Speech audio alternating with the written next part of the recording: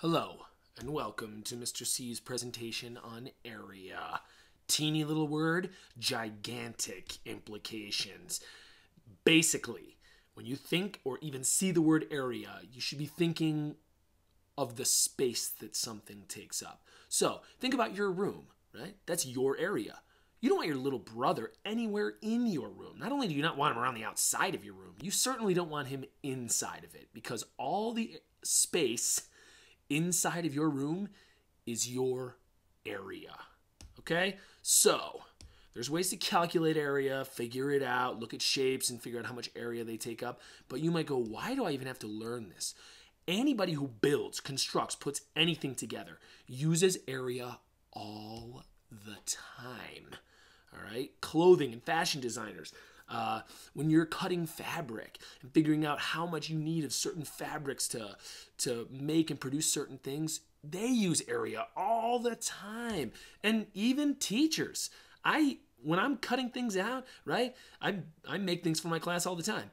And when I'm trying to fit them together and make copies of them on the copier machine and then cut them out, I'm constantly thinking of how much space I have, how much space I'm going to take up, and basically how much area I have to work with on certain pieces of paper that I'm using. Okay, so there's lots of reasons to learn area. Well, now we're going to figure out how to find the area of a quadrangle. I'm going to use a really easy example to start out, okay? So let's pretend that I have a desk, okay? My desk is a rectangle. Pretend like these lines are straight too. Okay, so my desk is a rectangle.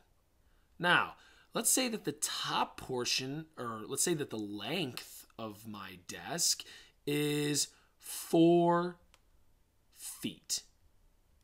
I use FT as an abbreviation for feet.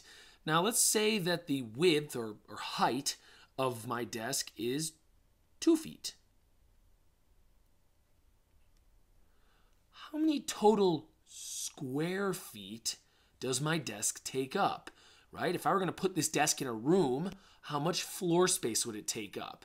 Well, that's what area is. Now, I'm going to give you a quick little formula to use. Length times height equals the area when you're talking about most quadrangles. Okay, any kind of quadrangle you're going to be using at this basic stage is going to be length times height. Now, let me show you that. Okay, so this is 2 feet, right? So let's split it up into 2 feet. Okay, so this is a foot. It's not really, but we're pretending, right? We're planning this. We're designing a classroom, let's say, and we want to put a 4 foot by 2 foot desk in it. So we've got 1 foot here and 1 foot here for a total of 2 feet. Well, the length of our desk is 4 feet. So the length of our desk is twice as long as the height or width. It's 1, 2, 3, 4 feet. Now, since I have cut this up, I have this here, it should be a square, right? Because it's 1 feet tall and 1 feet long. Now, my measurements are a little off, but just imagine that they're exactly the same length. So 1 foot by 1 foot by 1 foot by 1 foot, right? Each side of this square is 1 foot. Well, when that's the case, we have 1 square foot. Okay, so I'm going to put SQ period as an abbreviation for square, and then foot, 1 square foot. Okay, another way to write that would be 1 foot. And then you can do a little mathematical notation, squared. Okay, if you put a little 2 up above anything as an exponent, that means squared. So we have 1 square foot here. Well, to find the area, we need to figure out how many square feet we have altogether. Well, I made it easy. We can count them. Look, 1, 2, 3, 4, 5, 6, 7, 8. We have 8 square feet. But it's not always going to be this easy. you're not always going to want to count these. I mean, what if it was 100 feet by 1,000 feet? You wouldn't want to count that.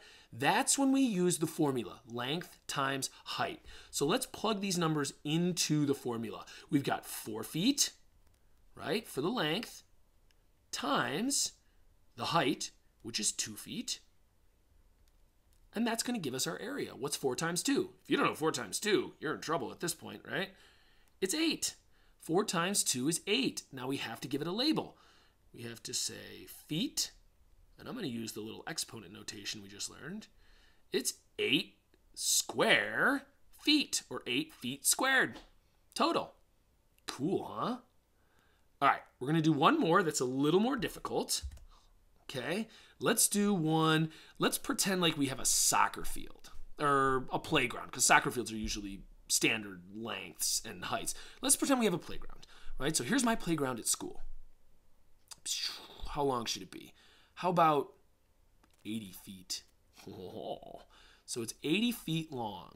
We're just going to use a quadrangle again, okay? And how high is it? What's the height? Let's say the height is 60 feet, right? Now let's fill in, let's say it's a perfect rectangle. So there are 2 parallel sides of the same length, okay? And height. So we've got 80 feet by 60 feet by 80 feet by 60 feet. Let's plug those numbers into our formula, length times height equals area, okay, to find the area of this playground. So we've got 80 times, what's the height? 60 equals what? Well, what's 8 times 6? 8 times 6, well, that's not that hard. 8 times 6 is 48. It is. Now let's just add 1 0, 2 zeros. You can do that? Yeah, you can do that. The powers of multiplication. Okay, so we did 8 times 6 equals 48 and added the 2 zeros, the one from the 80 and the one from the 60. And we have a total area of 4,800 feet squared, or square feet. If you want to write out square feet because it helps, do it. And look, if we wanted to cut this up into 80 separate feet going this way and 60 feet this way, and you were to count up each one, 1, 2, 3, 4, 5, 6, 7, 8, 9, 10, 11, 2005, 2006, you would count all the way up to 4,800 total squares inside this playground. Cool, huh? Yeah, so we know how to find the area of quadrangles. You can find areas of other things using similar formulas. It's a little more complicated. You should definitely practice and play with this first. Okay? We ready to talk about what we learned? Yeah! Let's do it then. All right, what did we learn here? Well, we learned a few things. One, we learned what the word area means, right? It's the total space that something takes up. We know how to calculate the area of a quadrangle. So we take the length, we multiply it by the height, and that's the area in square whatever. I mean, it isn't always square feet. Sometimes it's square inches, square centimeters, square miles, right? Square kilometers. I mean, it can be square anything. It all depends on the measurement that you're using.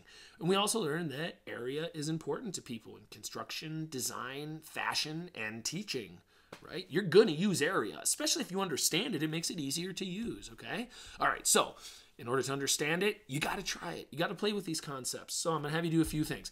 I want you to find the area of the following quadrangles. I'm going to draw them for you. Let's start out with an easy one. Phew, I'm so glad this is an easy one. Let's say this is 4 inches. That's an abbreviation for inches. By 3 inches. How many square inches is this shape? What's the area?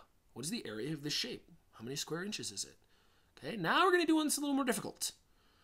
Okay.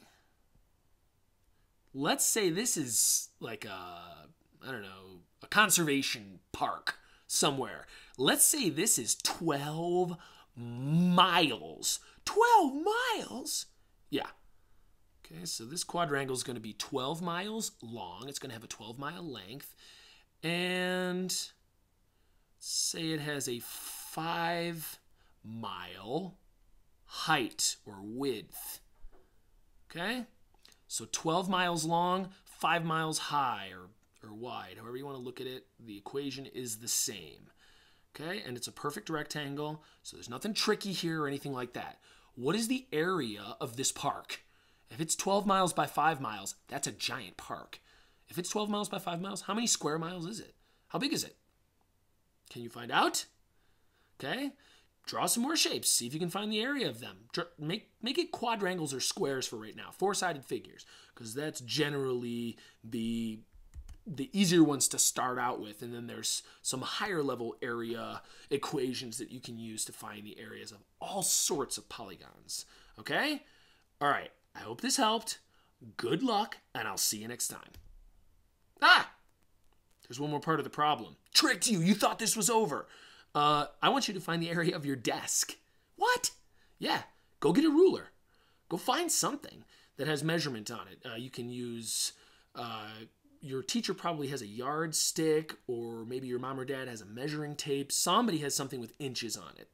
So I want you to find the length and width of your desk, and then tell me how many square inches is your desk. That's your real world, real life applications test. Can you do it? Are you up to the task? Of course you are. So do it, and I'll see you next time.